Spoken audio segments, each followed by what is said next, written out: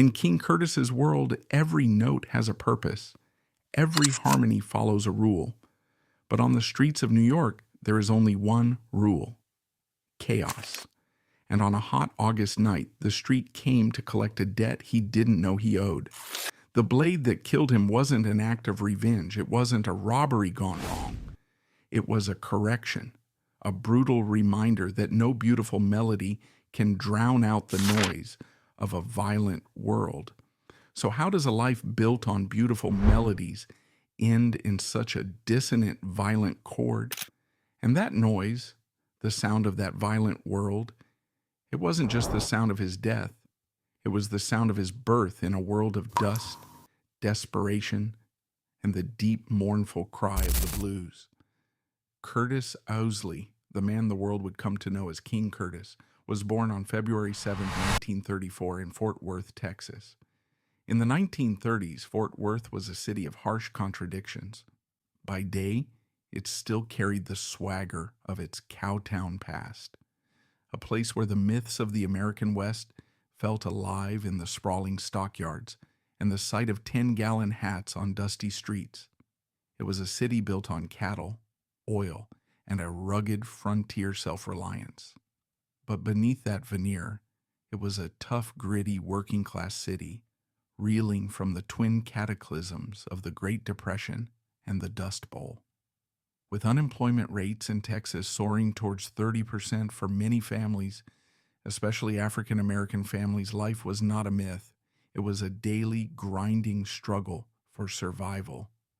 Curtis was born directly into this struggle. He was the son of a poor, working-class African American family. His father was a laborer, likely in the meat-packing plants or factories that were the lifeblood of the city's economy. A job of long hours, little pay, and even less dignity. His mother was a homemaker, the anchor of a family navigating a world of profound uncertainty. Their life was circumscribed by two powerful opposing forces, the church and the color line. They were devout Baptists, and the local church was the center of their community. It was a sanctuary, a place of profound spiritual power and emotional release. The gospel music they sang there, songs of hope, deliverance, and grace, was the first music that filled young Curtis's ears. It was a music of call and response, of hand claps and foot stomps, the sound of a community lifting its collective voice against the hardships of the world, finding a glimpse of heaven in the midst of their earthly trials. He learned, from his mother's voice singing Amazing Grace in the quiet of their home, that music could be a form of prayer, a direct line to something sacred. But the other force in his life, the color line of the Jim Crow South, was an ever-present, inescapable reality. In 1930s Texas, segregation was not just a set of laws. It was a deeply ingrained, often brutal social code designed to enforce a rigid racial hierarchy. It dictated where you could live, where you could work, which water fountain you could drink from, and what future you were allowed to dream of. It was a system designed to crush the spirit. For a young, sensitive boy like Curtis, the psychic weight of this system, the constant, unspoken threat of violence for a misspoken word or a defiant glance, would leave an indelible, invisible mark on his soul. It taught him, in the starkest possible terms, about the power of barriers, both visible and invisible. Yet even in this landscape of hardship, there was another sound, a secular gospel that was being preached not in the pews, but in the smoky, crowded, and often dangerous juke joints of districts like Deep Ellum in nearby Dallas. This was the Texas blues. It was a sound that had been pioneered by men like the legendary blind Lemon Jefferson, whose raw, powerful voice and intricate guitar playing, broadcast on powerful radio stations like KXAS, could reach 1 million listeners across the Great Plains. It was a sound defined by its sophisticated, almost jazz-like, single-note guitar phrasing, a stark counterpoint to the raw, slide-heavy blues of the Mississippi Delta. It was the sound of T-Bone Walker, another Texas giant, whose urbane, electrifying live performances were transforming the blues from a rural folk music into a modern urban art form. This music was the pulse of the community, a sound of Saturday night release after a week of back-breaking, soul-crushing labor. It was a music of sorrow, yes, but also of wit, of desire, and of defiance. This was the world that Curtis Ousley, the name he took after being adopted by family members, was born into. A world of sacred gospel hymns and profane Saturday night blues, of deep faith and deep-seated injustice. His family was poor, the dream of a better life a distant shimmering glimmer on the horizon. But in music, in the fusion of these two powerful sounds, there was a way out. There was a path to a different kind of existence. The spark was lit around the age of 12 in 1946. Young Curtis, having spent his childhood absorbing the sounds of the radio as if they were oxygen, decided he needed to make a sound of his own. He wanted a saxophone. The saxophone was the sound of the future. It was the heroic voice of the new, exciting jazz and jump blues music that was coming out of the big cities. A sound he heard on the radio that spoke of a world beyond the confines of Fort Worth. It was a symbol of sophistication, of power, of a kind of urbane cool that was a universe away from his own reality. But for a family struggling to make ends meet, a saxophone, which could cost as much as $100, was an unimaginable luxury, the equivalent of months of wages. His father, a practical man hardened by years of labor, initially refused. The family needed food on the table, not a loud, expensive toy, but Curtis was persistent, relentless. It was more than a childish whim. It was a calling. Eventually, a cheap, dented, second-hand tenor saxophone was procured from a pawn shop or a neighbor. And for Curtis, the moment he held it in his hands, it was like being handed a key to the kingdom. He was a natural, but his talent was forged in the fires of discipline. With no money for formal lessons, his education was a solitary, obsessive pursuit. He would spend countless hours locked away in his room, an ear pressed to the speaker of the family radio, a saxophone in his hands. He was on a holy quest. He was trying to replicate the soaring, harmonically complex solos of jazz giants like Charlie Parker, whose bebop revolution was a new, thrillingly complex language. At the same time, he was mastering the raw, honking, visceral riffs of the Texas tenor players who defined the R&B of the era. He was deconstructing the music note by note, absorbing its language, not through formal lessons, but through pure, dogged immersion. He was training his ear to hear the intricate details and training his lungs and fingers to reproduce them. His intense dedication, however, set him apart from his peers in ways that were painful. In the hyper-masculine world of 1940s Texas, where a boy's worth was often measured on the sports field, a young man obsessed with an instrument, spending his afternoons practicing scales instead of playing football, was an easy target. Decades later, family members would recall with a lingering sadness that he was bullied at his segregated school, branded a sax geek, an outsider.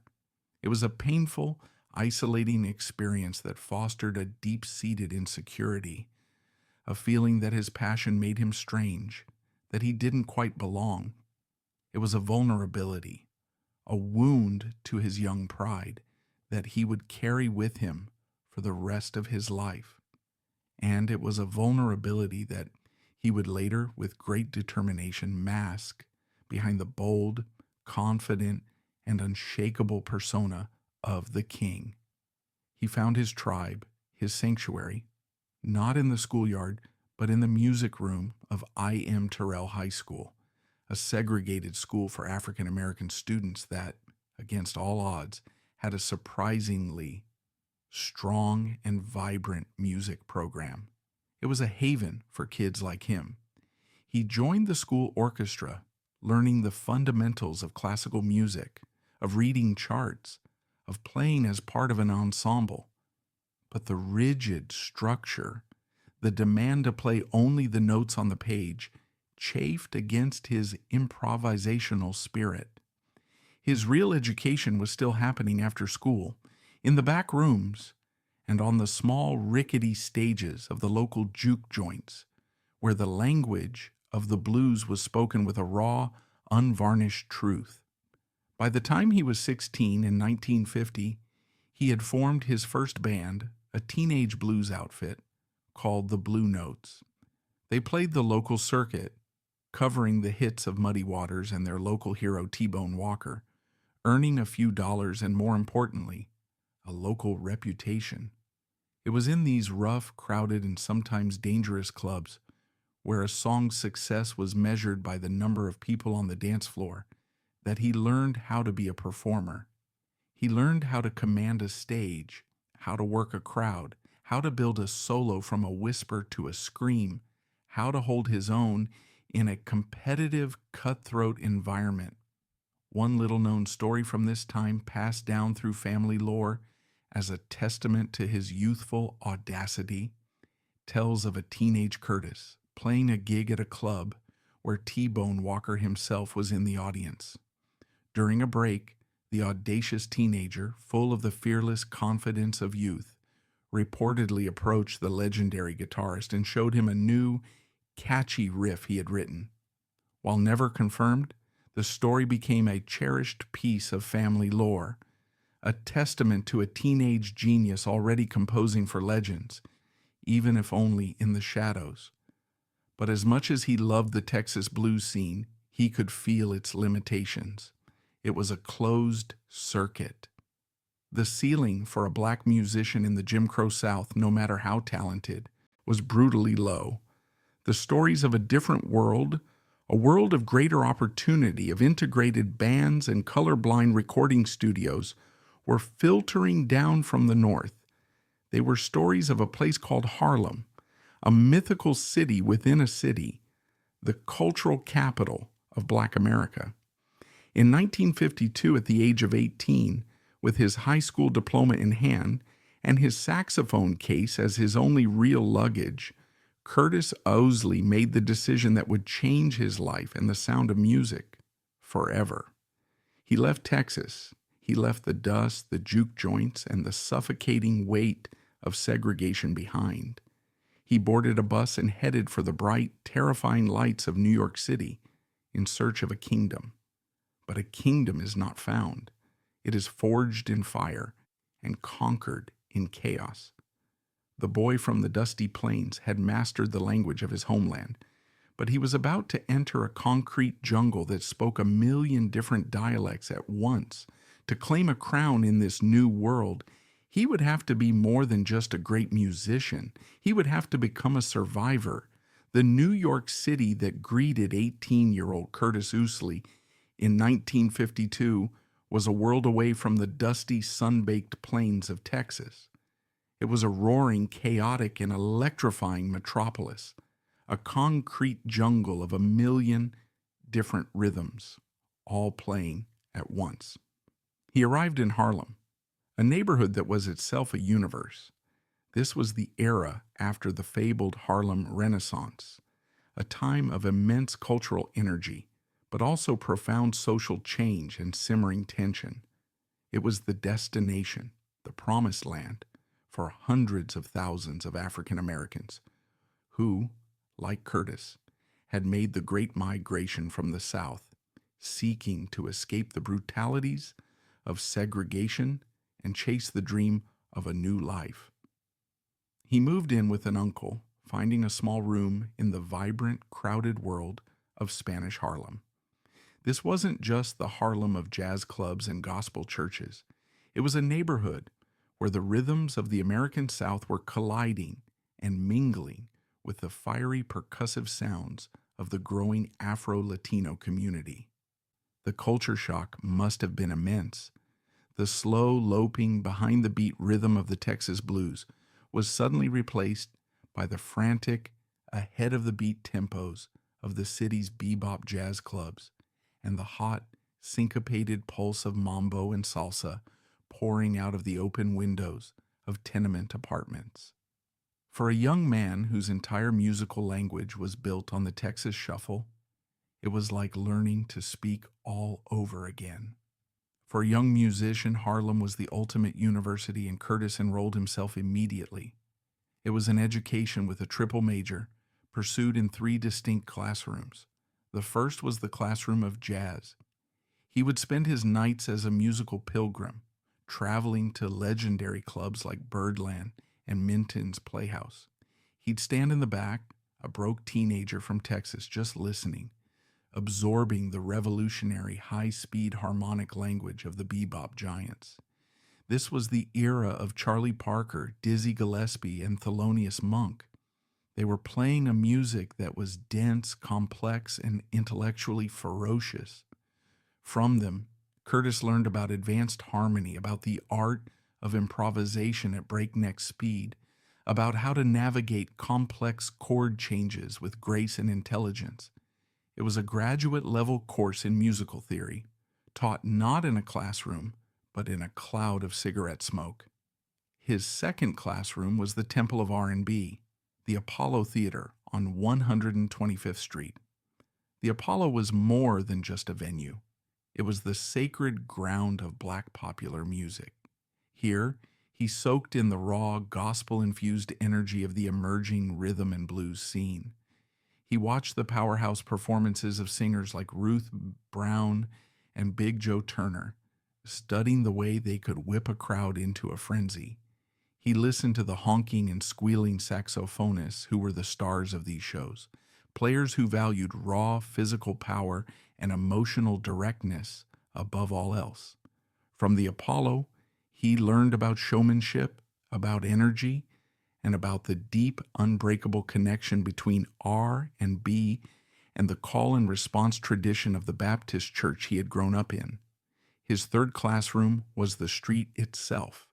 In Spanish Harlem, he was surrounded by the sounds of Latin music. He heard the intricate interlocking rhythms of the congas and timbales, the passionate, soaring melodies of the trumpets. This music taught him about a different kind of syncopation, a different way of feeling the beat, a rhythmic sophistication that would subtly find its way into his own playing, giving it a unique danceable swing. He was a sponge, taking in all these new sounds, adding new colors to his musical palette, and forging a style that was a unique, powerful fusion of his Texas roots and his New York education. He was becoming a musical polyglot, a man who could speak any rhythmic language. But breaking into the New York music scene was a brutal, competitive climb. He was just one of thousands of talented young musicians who came to the city every year, all chasing the same dream. He started at the very bottom, playing small gigs in smoky bars and dingy clubs for a few dollars a night, just enough to pay the rent and eat. It was a world of cutting contests, informal duels where saxophonists would try to outplay each other on stage, a trial by fire where only the strongest survived. He was honing his craft, sharpening his skills, and most importantly, making connections. And it was in this period, in the mid-1950s, that he made a decision that was as crucial as his move to New York. He decided he needed a new name.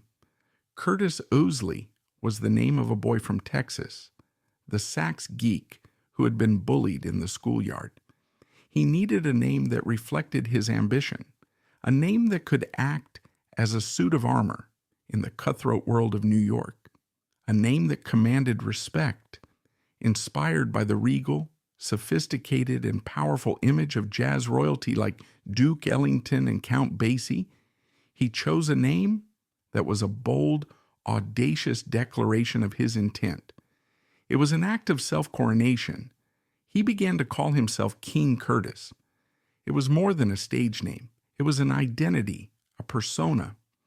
It was a performance of unflappable confidence designed to protect the fragile, insecure boy who would forever be hiding inside the throne room. It was a name he would have to earn. His big break, the path to his throne, came not through the live club scene, but through the anonymous, high-pressure world of the session musician. In the 1950s, the recording industry in New York was a factory, a hit-making machine, located in buildings like the legendary Brill Building on Broadway. Producers and label heads were constantly churning out hundreds of records a week, always on the lookout for talented, reliable musicians who could come into the studio, read a chart they'd never seen before, and lay down a perfect take with minimal fuss. And in King Curtis, they found the ultimate professional.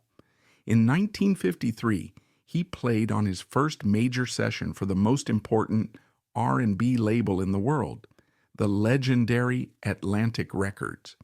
He was called in to play on a track for the powerhouse singer Ruth Brown, produced by the label's visionary co-founder Ahmet Ertegun. Curtis was just one of many musicians in the room that day. His contribution, likely both bass and saxophone, went uncredited on the record sleeve. This was a common and deeply unjust practice for session players, especially black musicians at the time. They were the ghosts in the machine, their genius captured on tape, but their names erased from history. But the producers, men like Ertegun, they heard something special. They heard a saxophonist who was a perfect fusion of his two worlds. He could play with the raw, gut-bucket power and authentic emotion of a Texas bluesman, but he could also play with the harmonic sophistication, the pinpoint precision, and the cool professionalism of a New York jazz cat. He was the complete package. The calls started coming in. First a trickle, then a flood. He became one of the first call session players in the city. His saxophone became a secret ingredient on countless records. His sound a crucial part of the emerging language of rock and roll. And in 1958, he played a riff that would make him a legend, even if most of the world would never know his name. The session was for a vocal group called the Coasters, produced by the brilliant, iconoclastic songwriting duo of Jerry Lieber and Mike Stoller. Lieber and Stoller were not just songwriters, they were miniature playwrights, masters of the playlet, short, funny, story-driven songs that were like 2-minute Broadway shows set to a rock and roll beat. The song they were recording that day was called Yakety Yak. It was a novelty song, a humorous take on the eternal battle between teenagers and their parents over taking out the trash. They needed a saxophone solo that wasn't just a solo. It needed to be a character. It needed to be as funny, as sassy, and as memorable as the lyrics. They turned to King Curtis. He did not play a solo. He birthed a character, proving his horn could not only sing and cry, but could also laugh. It was a sound that was instantly iconic, a playful yakety sax riff that perfectly captured the song's rebellious, tongue-in-cheek spirit. The sound became a voice in the play, a sassy back and forth with the singers. It was a performance that showcased his incredible musical intelligence and his flawless sense of timing. Yakety Yak was a monster hit, reaching #1 on both the R&B and pop charts. The song, and Curtis's unforgettable riff, became a cultural phenomenon. His playful, stuttering solo is often cited as a cornerstone of the comedic saxophone style that would later be popularized as yakety sax, a term cemented in pop culture by Boots Randolph's own hit instrumental 5 years later. And while his name still wasn't on the label, the industry now knew, without a shadow of a doubt, who the king was. King Curtis was now a king in more than just name. He was the undisputed, albeit often anonymous king of the session saxophone. His sound was everywhere. He played on records for a staggering array of artists, from R&B stars like Jackie Wilson and the Shirelles, to pop icons like Andy Williams, to burgeoning soul legends like Sam Cooke. He was a musical chameleon, a master of disguise, able to adapt his style to any genre, from sweet doo-wop ballads to hard-driving rock and roll. But his heart still belonged to the raw instrumental R&B that had first inspired him. He was tired of being a secret weapon in other people's hits. He was tired of being a ghost. He was ready to step out of the shadows and claim his own spotlight under his own name. He was living in two separate worlds. By day, he was a craftsman, a brilliant but invisible cog in the great hit-making factory. By night, he was royalty, the leader of his own musical kingdom. He was ready to bridge that gap. He was no longer content to be just a sideman, the secret weapon in other people's hits. The time for anonymity was over. It was time for the king to form his own court and claim his throne in the full, unapologetic glare of the spotlight. In 1959, at the age of 25, he put together his own band.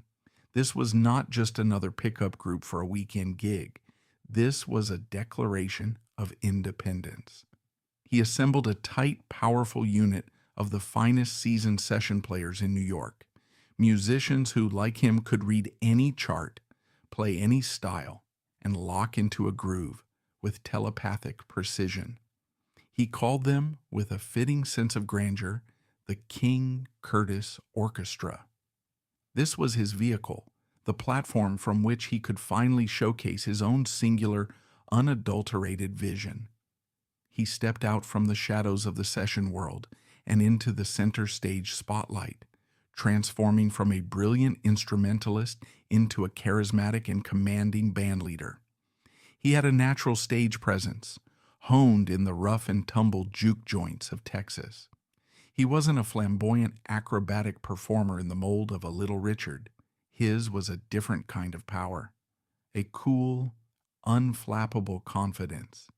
He would stand center stage, saxophone held like a scepter, and command the audience not with frantic motion, but with the sheer, undeniable authority of his sound. It was the physical embodiment of the persona he had created for himself, a way of projecting a strength and self-possession that masked the insecurities that still lingered from his youth. The King Curtis Orchestra became a formidable live act, packing out venues like the Apollo and touring up and down the East Coast. At the same time, he began to record prolifically as a solo artist, releasing a string of instrumental albums for labels like Atlantic, Prestige, and Capitol. Albums with bold, declarative titles like Have Tenor Sax, Will Blow, and The New Scene of King Curtis. The music was a potent, danceable fusion of all his influences. The raw, earthy grit of Texas blues, the sophisticated harmony of New York jazz, and the infectious, gospel-infused energy of R&B. And in 1962, after years of making hits for other people, he finally scored the one that would make his own name a fixture on the charts. The timing was perfect. America was in the grip of a dance craze, the twist. It was a cultural phenomenon, a simple, liberating dance that had swept the nation. King Curtis saw an opportunity. He recorded a song that captured the spirit of the craze, but did so with a level of musical sophistication and raw, soulful power that elevated it far above the disposable novelty records of the day. The song was called Soul Twist. It was irresistible. It was built around a simple, slinky, blues-drenched saxophone melody and a driving, danceable groove that was pure, distilled rhythm and blues. It was the perfect party record, but it was also a masterclass in musical craftsmanship. In that single 2.5-minute track, you could hear his entire journey.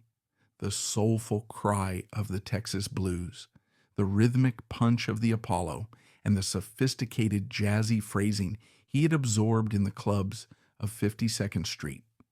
The song was a smash hit. It soared to #1 on the R&B charts, where it stayed for an incredible 8 weeks and became a significant pop crossover hit, reaching the top 20 on the Billboard Hot 100. For the first time, the world was dancing not just to King Curtis's sound, but to his name. The session ghost had become a bona fide star. The coronation was complete. He followed it up with a string of other instrumental hits, like the moody, atmospheric, and utterly beautiful Soul Serenade, which would become his signature theme song, the lush, romantic melody that would one day be played at his own funeral. He was now a star, a bandleader who could pack dance halls and theaters, his name on the marquee. But even at this moment of personal triumph, the life of a king was a complicated one. He was still the most in-demand session player in New York, his days spent in the studio creating hits for others, his nights spent on stage leading his own band. The pressure was immense, the schedule relentless, and it was during this period of peak success that the shadows that had been gathering at the edges of his life began to lengthen.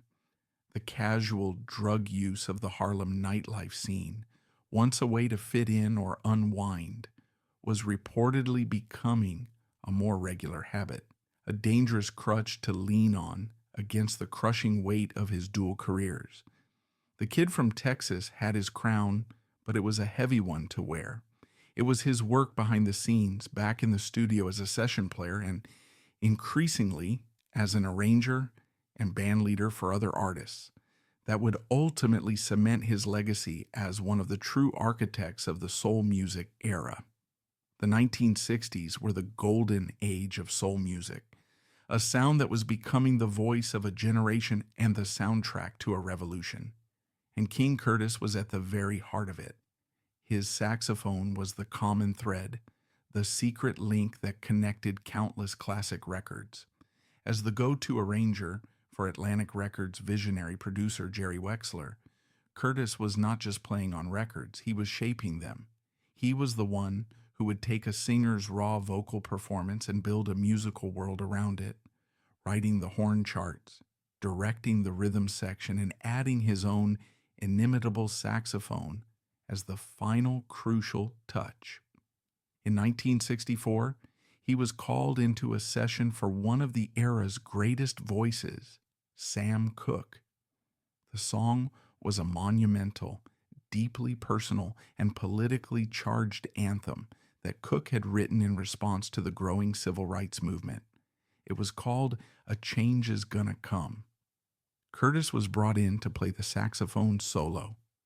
What he played was not just a collection of notes, it was a cry of pain, a prayer for deliverance, and a soaring, defiant declaration of hope. His solo is a moment of transcendent beauty and sorrow, a sound that elevates an already brilliant song into the realm of the sacred. And in 1967, he participated in a series of sessions that would change the course of popular music forever. Jerry Wexler at Atlantic Records had just signed a young, phenomenally talented but commercially struggling gospel singer from Detroit. She had spent years at Columbia Records, where they had tried to turn her into a polite, jazzy pop singer, stifling the raw, sanctified fire in her voice. Her name was Aretha Franklin. Wexler knew he was sitting on a volcano of talent, and he knew he needed a band that could match her power, a band that could speak her gospel-infused language. He took her down to Muscle Shoals, Alabama, and then to New York, and he surrounded her with the best, most soulful session musicians in the world, and to lead her band, to arrange the horns, and to provide the instrumental fire to match her vocal inferno, he made only one call. He called King Curtis. The sessions were legendary, a perfect storm of talent, timing, and chemistry. The first song they cut, I Never Loved a Man the Way I Love You, was an immediate, explosive hit. But it was on their recording of an Otis Redding song, a song they would completely deconstruct and reinvent, that history was made. The song was Respect. King Curtis and the band worked out the arrangement in the studio, building a powerful, unstoppable groove. They added the famous "Sock It to Me" backup vocals, and it was Curtis's idea to add the now legendary saxophone break after the bridge. It was a solo that was not just a solo, it was a declaration of independence, a moment of pure, joyful, defiant power that perfectly mirrored the song's message. Respect became more than a song.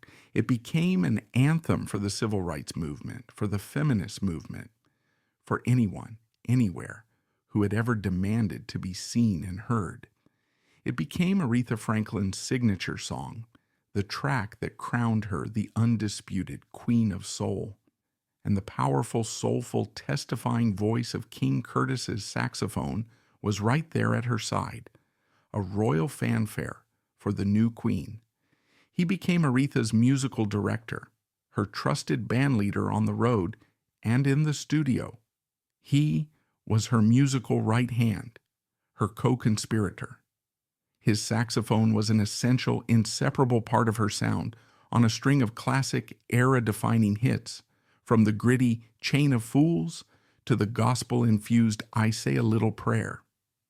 He was at the absolute zenith of his career, a respected solo artist, a hit-making bandleader, and the most in-demand, most influential session player in the world. He was a man who could do it all, a musician who could bridge any gap. In a move that demonstrated his incredible versatility, he was also collaborating with the biggest names in rock and roll.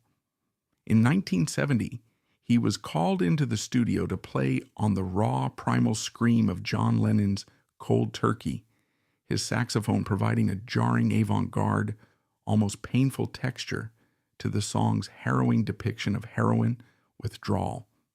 The boy from Texas, the sax geek who had been bullied in the schoolyard, had truly, undeniably become a king. But the life of a king is a heavy one, and the crown he wore, now studded with the jewels of unimaginable success, was beginning to take its toll.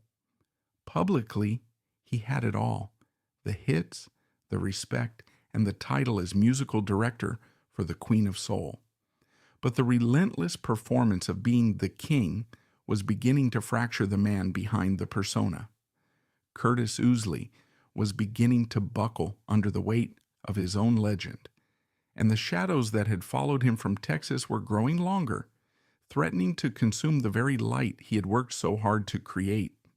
The late 1960s and early 1970s should have been a time of unadulterated triumph for King Curtis. He was a Grammy-nominated, celebrated solo artist and the trusted musical partner to the Queen of Soul.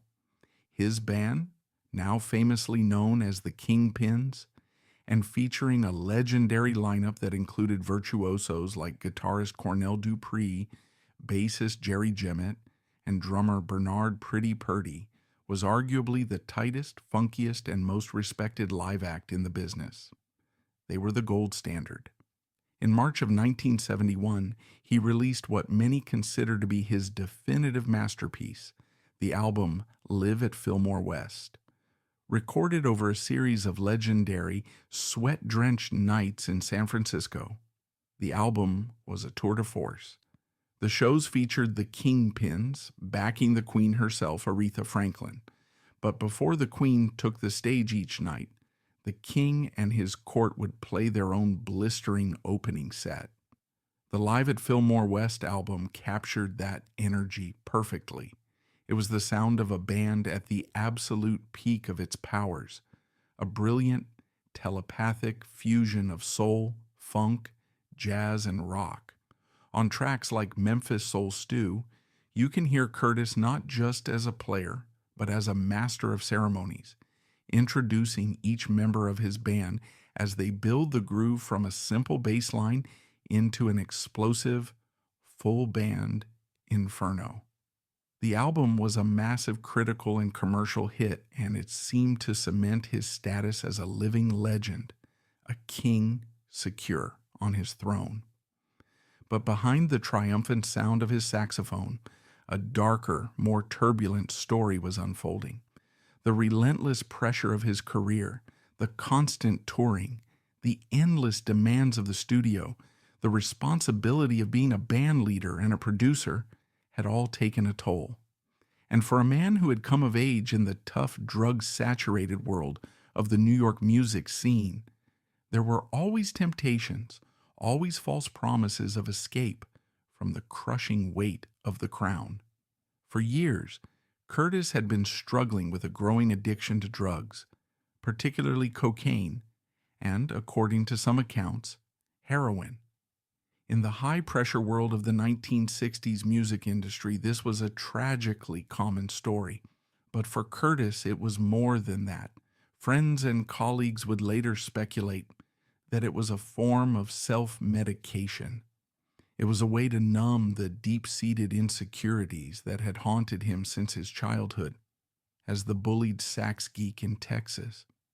It was a way to cope with the immense stress of his career and the constant, grinding racial pressures of being a black man navigating a white-dominated industry.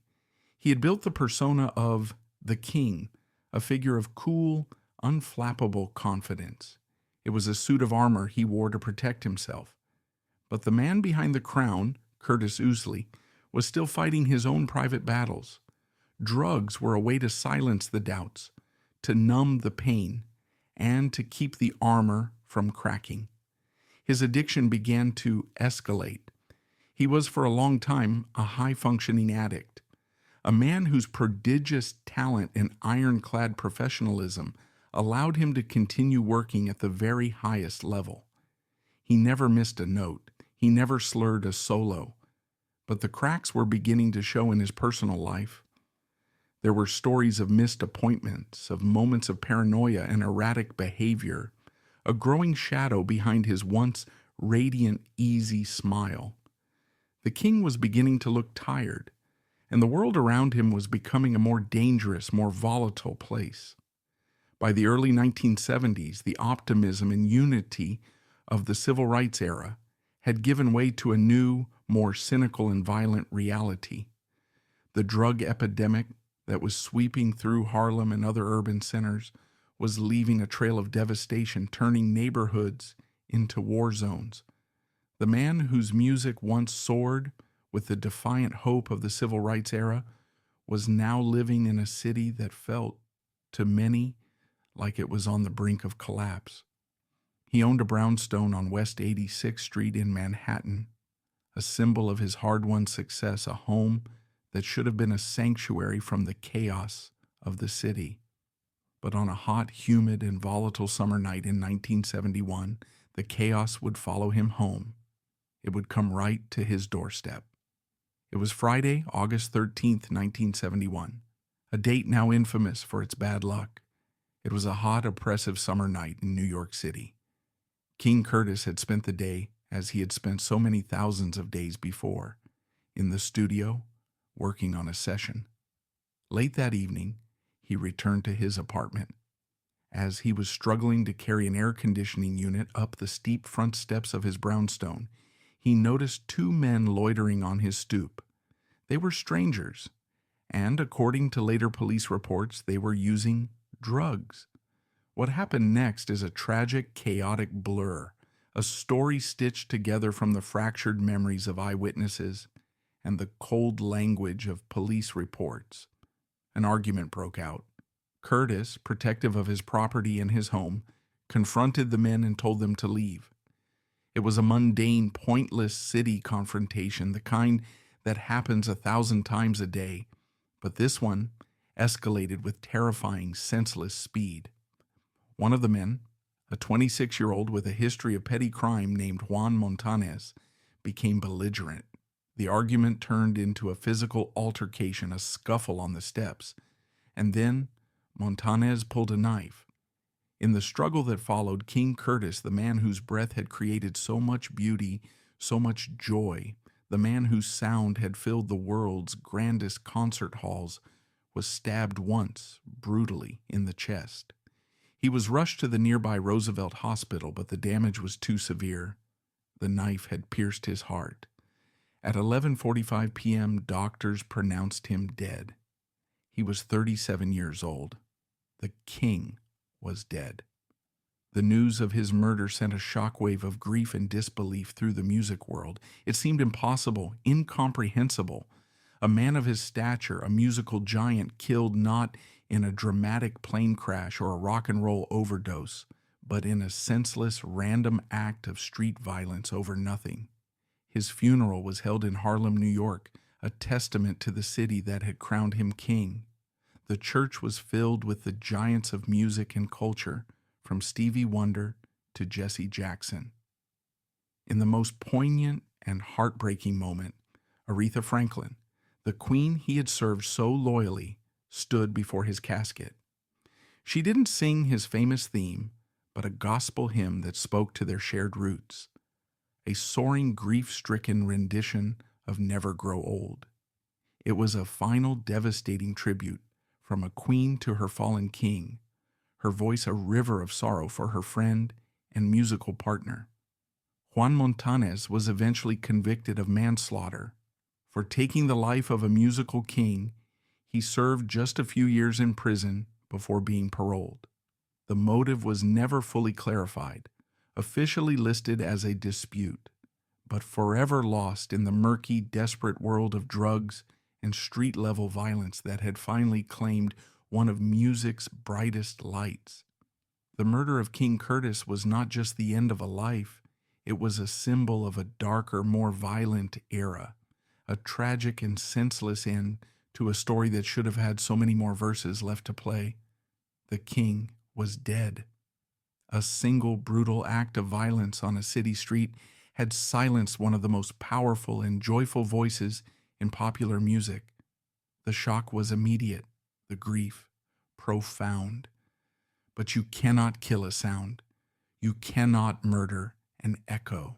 In the deafening silence that followed his death, his true legacy, the immense scope of his influence began to be heard more clearly than ever before. The death of King Curtis left a profound void in music, marked by immediate tributes like Aretha Franklin's dedication of her Amazing Grace album to his memory. While his final record, Live at Fillmore West, became a posthumous chart topper, his true legacy is measured in the sound that followed. He was the architect of the modern rock and roll saxophone, establishing both the raucous yakety sax style and the deeply melodic King Curtis sound that would define the instrument's role in soul music for generations. His influence is an echo heard to this day. Without King Curtis, there is no Clarence the Big Man Clemens powering Bruce Springsteen's E Street Band, nor would the saxophone-led R&B of the 1980s sound the same. He was the crucial link who carried the saxophone from jazz clubs to the forefront of rock and soul, a contribution finally immortalized with his 2000 induction into the Rock and Roll Hall of Fame in the sideman category. Beyond his musical innovations, his life stands as a profound and cautionary tale. It's the story of a man who rose from the poverty and segregation of the Jim Crow South to become royalty in the world's cultural capital, only to be cut down by the very street-level violence he had seemingly transcended. His journey highlights the brutal machinery of fame and the quiet battles fought behind a confident public persona. In the end, we are left with the sound, a saxophone that could laugh, preach, weep, and scream, often in the same solo. It is the sound of a man who spent his life creating joy in a joyless world, only to be consumed by its random, senseless violence.